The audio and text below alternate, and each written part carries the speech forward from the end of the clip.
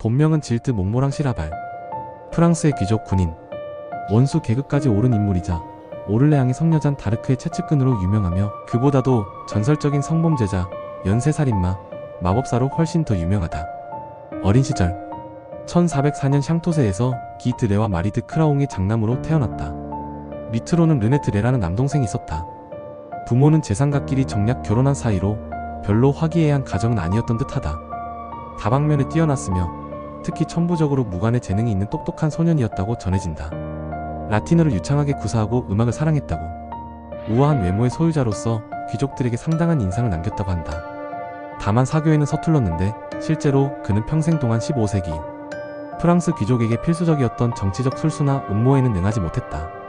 11살이 되던 1415년 어머니가 죽고 아버지도 사냥길에 멧돼지에 밝혀 죽는다. 그의 장인이자 세기 악당으로 유명한 장트 크라옹을 두려워했던 드레는 자식들의 양육을 사촌인 장 투르미네에게 부탁하지만 장 드 크라옹이 손자들의 막대한 재산을 포기할 리가 없었고 질 형제는 결국 외조부 밑에서 자라게 된다. 이 외조부란 사람이 질의 성장기에 영 좋지 않은 영향을 미쳤을 것이라는 추측이 많다. 16세 때 외조부의 지시하에 질드 레는 그의 영지에 인접한 푸아토 가문의 딸인 사촌 카트린 드 투아르를 납치해와 결혼한다. 카트린의 삼촌 등 3명이 그녀의 구출을 시도했으나 오히려 붙잡혀서 감옥에 갇힌다. 정치적 협상 끝에 결혼이 정식 인정되고 구출된 3명은 풀려났으나 곧 죽었다고 한다. 전쟁. 16세 때부터 전쟁에 참가한 질드 레는 호전적이고 용맹한 것으로 이름을 떨쳤다. 브레통 승계 전쟁에서는 공작을 구출하고 리드 성 전투에서는 영국군 대장 블랙번을 죽이는 등 활약했으며 백년 전쟁에서는 잔 다르크 군대의 장군이자 그녀의 부관으로 싸운다.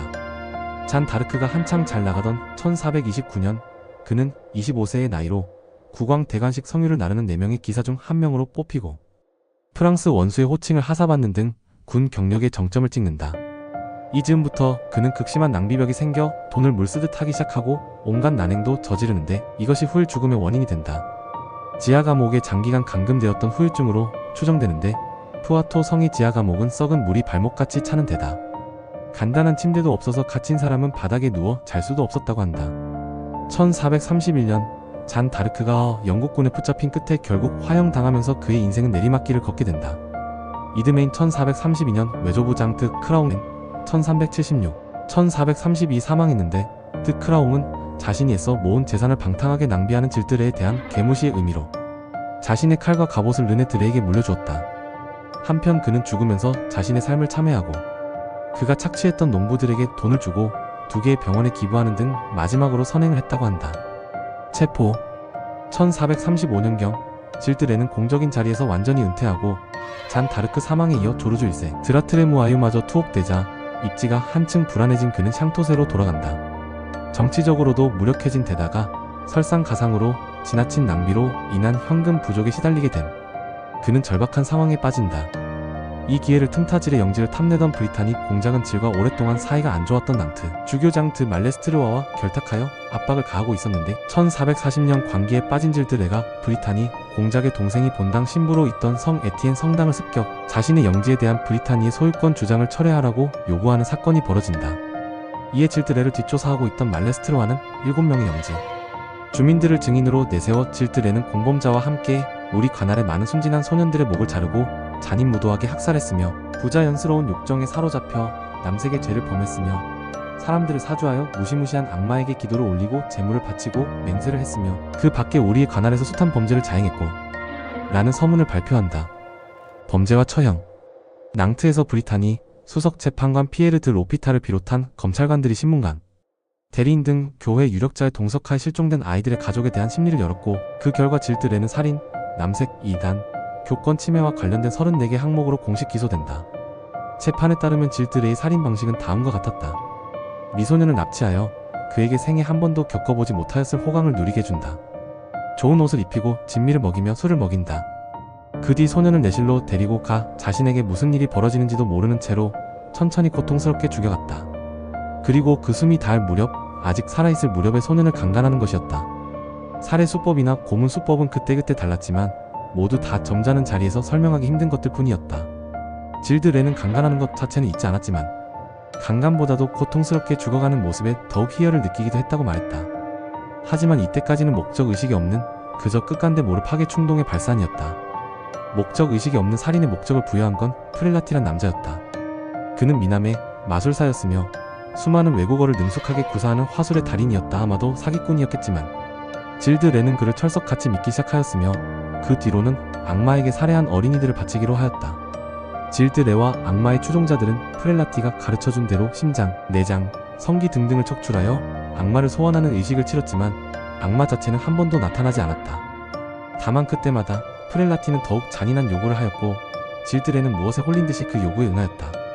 질드 레의 악마 숭배와 희구는 광적인 수준조차도 뛰어넘고 있었다. 재판 기록에 따르면 첫날 질드 레는 혐의에 대한 답변을 요구받자 재판자들을 잡것들 성직 매매꾼이라고 욕하며 내 놈들한테 답변을 하느니 그냥 교수형을 당하고 말겠다고 뻗대며 4번의 변론 기회를 모두 거부했다고 한다. 둘째 날이 되자 여전히 영성체와 고해성사를 거부하면서도 재판정의 권위와 자신의 범죄 사실을 시인하고 눈물을 흘리며 용서를 구한다. 그는 기소된 모든 범죄를 인정했으나 악마 소환만은 시인하지 않았는데 성경에 손을 얹고 자신의 결백을 주장했다. 재판정은 그의 공범자들을 대질시켜 심리하는데 5일에 걸친 심리에도 질은 여전히 더 이상 덧붙일 사실이 없다고 우겼다. 그러나 고문실을 보여주며 위협하자 결국 사실이라고 진술했고 결국 사형 판결이 내려졌다. 1440년 10월 25일 질드 레와 공범자들은 모두 화형에 처해졌다. 신분과 공을 감안하여 질드 레만 교수형 직후 화형당한다. 이때 그의 나이는 36세였고 사형 집행 전에 군중 앞에서 그의 무분별한 젊은 시절의 악행과 자신의 범죄에 대한 참회, 자녀들을 교회의 가르침에 따라 엄격하게 키울 것을 당부하는 장문의 연설을 했다고 전해진다. 연설 내용은 남아있지 않지만 기록에 따르면 카톨릭 신자로서의 겸손과 참회가 담긴 모범적인 내용이었다고. 잔 다르크와의 관계. 그가 잔 다르크의 최측근이었던 것은 사실이었지만 잔 다르크를 사랑했고 그녀의 죽음에 좌절해서 관계에 빠졌다는 것은 창작된 이미지이다. 그는 딸 하나가 있는 유부남이었고 잔 다르크와 어떤 관계였는지 시사하는 어떤 기록도 없다. 심지어 그는 잔 다르크의 가장 큰 정적인 대시종장 조르주 1세드라 트레무아이와도 결탁하고 있었다. 단 그와는 사촌 관계이다. 잔 다르크가 죽고 나서 방탕과 퇴폐에 빠진 것도 아니고 원래부터 방탕하고 퇴폐했으며 잔혹한 인물이었다. 당연한 이야기지만 아예 없는 죄를 만들어낼 수는 없으므로 그에게 적용된 혐의 중 일부는 소위 숙청이 목적일 때만 꺼내드는 사소한 범죄 형태의 유죄였을 가능성이 높다. 1429년 질드 레는 시농성에서 소년 행색인 잔 다르크를 처음 만나게 된다. 당시 왕세자 신분이었던 샤를 7세가 잔 다르크에게 에스코트할 기사를 선택할 기회를 주자 질드 레를 선택한다. 샤를 7세의 명령으로 질드 레는 군을 지휘하고 잔의 부관이 된다. 잔 다르크가 잉글랜드 측 루앙에 붙잡혀 있던 1430년 12월 26일 질드 레 행적이 루앙으로부터 28km 떨어진 루비어셀 OUVIRS에서 존재했음이 밝혀졌다. 잔을 구출하려 한 시도의 증거라고 해석하는 연구가 분분하다.